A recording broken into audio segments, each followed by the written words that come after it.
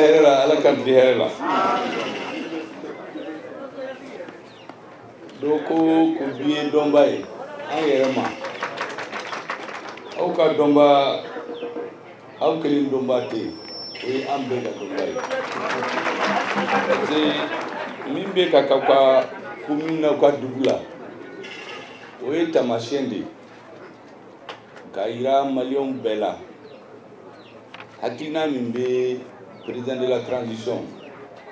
Assimi Goïta Anaka gouvernement. Oui, monsieur l'idée. On va faire Mali Dougou Bella. Dougou Bata, Anibasaba de Malila. On va faire Bata, Anibasaba de. Il y a une transition Kaba. Yani Assimi Goïta ka drapeau du président Kurama au cas soro halina erero va comme président de la République tena comme président de la transition yani aka drapeau du président de la transition ma aga du président de la République ma au cas soro en sera ka onu won ke yoro bela ode ale hamina ko gouvernement ka hamina ko degi anga seni dobai dombai anga soko ni won fiti Mali dugu bela kilin ba boki dal ni mena ka ta fuki dal da fukai mais naw yaye en siglembea ha ti siglendo sisa c'est parce que dobe tile koro dobe kelela do erebe inidi pour que Malion ka se kala fiaso jondo o nga fini donc mba fe anga tasi black minu ni torala ala ke inula ka fuyi de u so mo ko maliti ni na ko jamais dans la minu be kele la fana u gadon u be kele mina Malion be fier lendo ko akasa da su be kele la ka horoyan sigama parce que Mali horoyan na dambe pour que sigama kosobe mi kadi Malion fonga soda su kasi fembela anga soda su l'armée meto ka fo c'est la colonne vertébrale de la nation yado ni hadama den jole akokolo o de ba beta ni yo kai hadama den ti bi se ka bolo tige ka tulo tige mais ni akokolo kali hadama den ti bon jamana la l'armée be comme hadama jamana ka kokoro odi kun karila odi Mali soro aywa transition gouvernement ko nala sona ni bibem tu do bena ala barkala to koroba do ya foy do bena visa ni kana Mali on de beta jamana wala la bi mais do bena tolu nde bena bizanyi ni kana Mali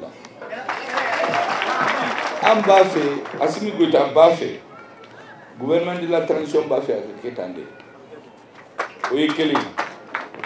aflana iya ye ansera ku beke sankilin ko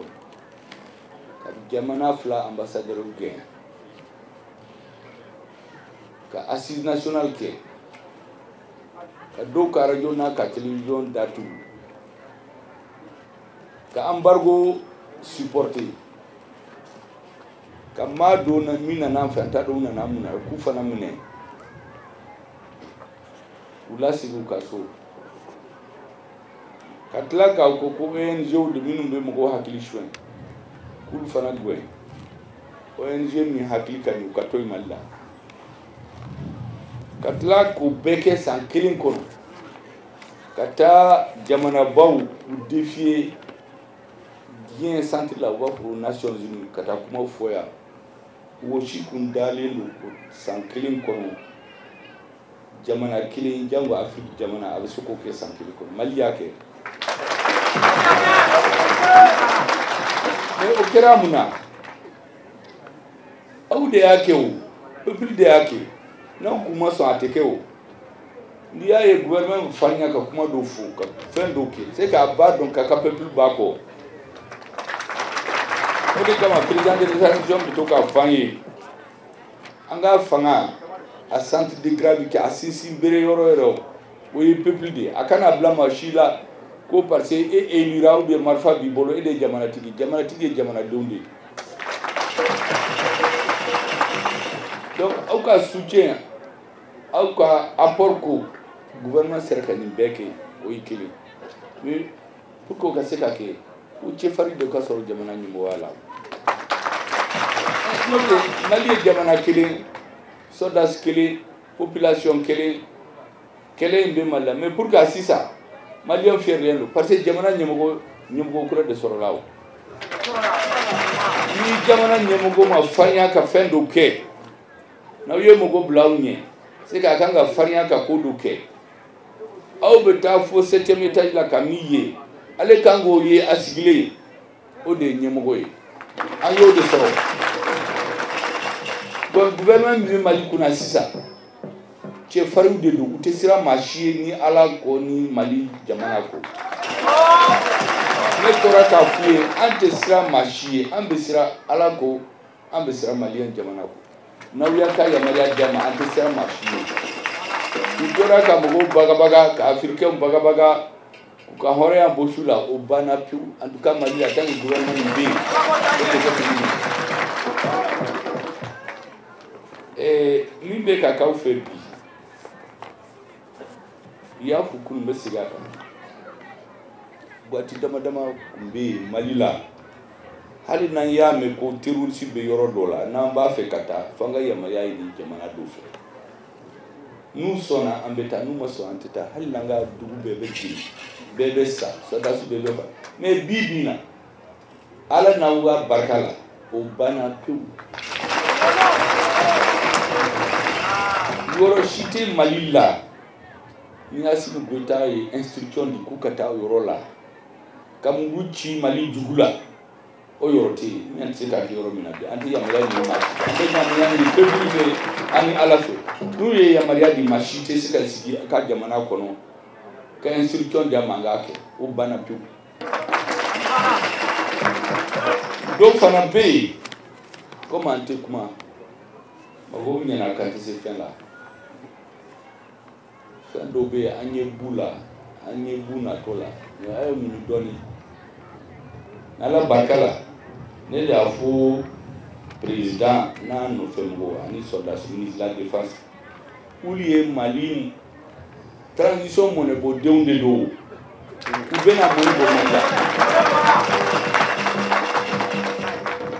transition ye Mali mɔnɛbɔden gouvernement de ye i y'a fɔ ko yanni transition ka ban Mali sera yɔrɔ dɔ la bɛɛ bɛna tulonkɛ Mali la n b'a fɔ ko hali basaw bɛ tulonkɛ Mali la waati dɔw sera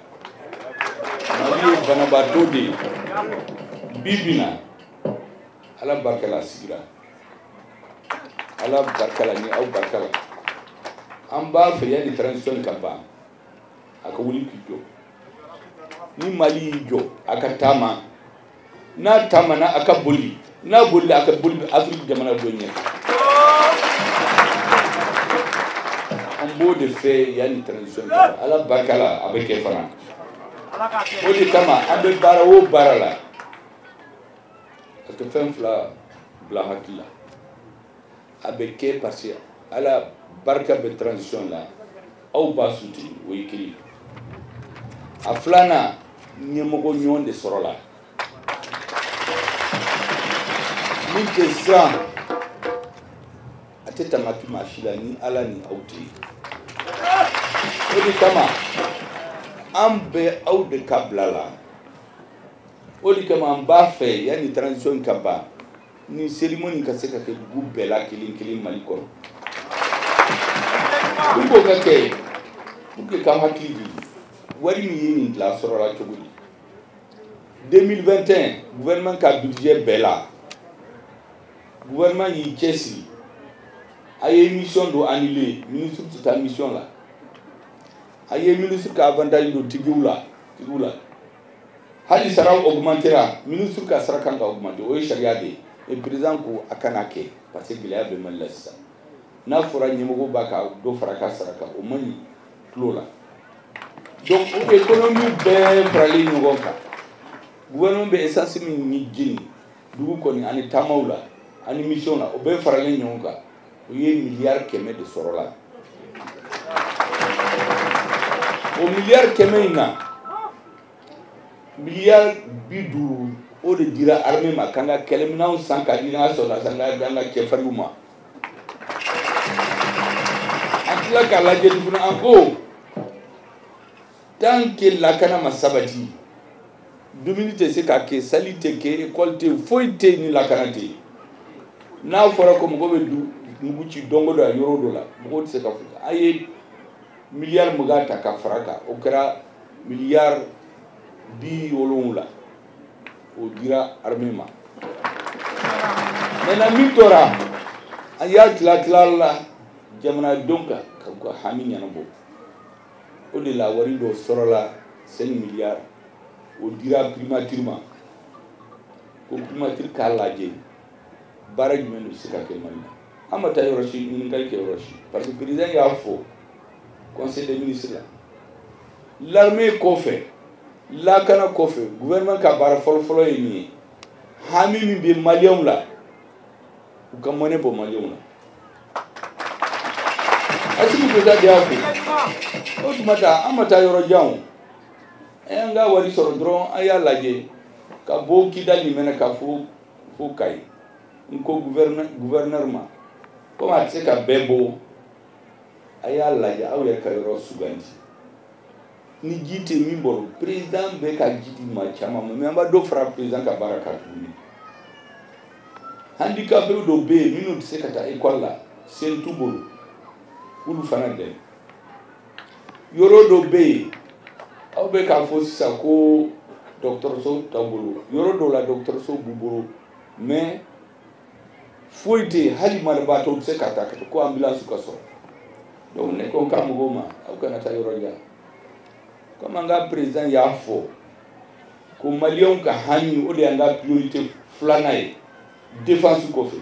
a ye wari in ta a y'a don maliyɛnw ka priorité la o de la Zanbugu in sɔrɔla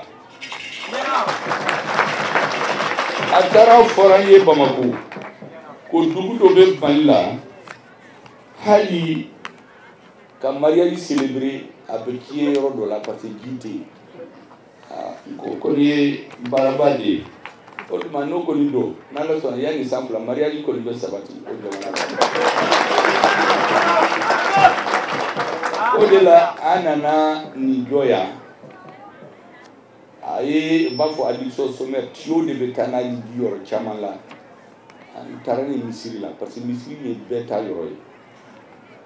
donc ji bɛ ka misiri la ji bɛ ka dugu la maa si furu tɛ se ka san tuguni ji kɔ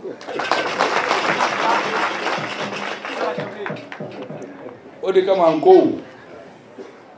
an ka jamana Ala de ye barika don jamana la o miliyari 5 ni wari in dira primature ma primature tɛna tɔgɔ ɲini a la de baara o baara n'aw y'a bɛ a bɛ kɛ Mali la sababu de b'a la fɛn o fɛn n'a kɛra sababu de don Ala de y'a kɛ ali président hakili ɲuman de n'o tɛ Mali ye jamana kelen a tɔgɔ ma yɛlɛma o population ma yɛlɛma wari min bɛ di Mali la u y'a bɛɛ tigɛ kabini 2020 maa si tɛ ka wari d'a ma an yɛrɛ bɛ se ka min sɔrɔ an y'o de ta ka ɲini maliyɛnw fɛ aw cɛsiri sisan an y'an ka défense ta an ye kɛlɛminɛn min san 1 kɔnɔ n'i ye san 40 ta kɔrɔlen n'u bɛɛ farala ɲɔgɔn kan u ma ni ɲɔgɔn san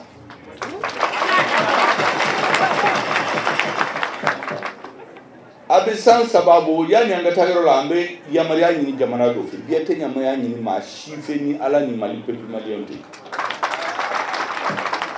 mun yɛlɛmara gouvernement de yɛlɛmara o ɲɛmɔgɔ kuraw de nana olu de y'a ko a kɛ tan ni miliyɔn 100 bɛ don fɛn min na k'a dilan peut-être bi 50 dɔrɔn de b'a dilan ni miliyɔn 1 bɛ don yɔrɔ min na bi 50 de b'a dilan Okare bi kemeni wa kemeni akarami bi wa bi dur de badla ni million kelendo bi wa dur de badla ebe wa bi dur ni atarami azimi goda ya be mine kana ndo mallawo kakita yoroshi ode kama aye kelminaw san aye do fara saraka barakelo ka sara milliard keme fla de sam faralaka wadi me bo yoroshi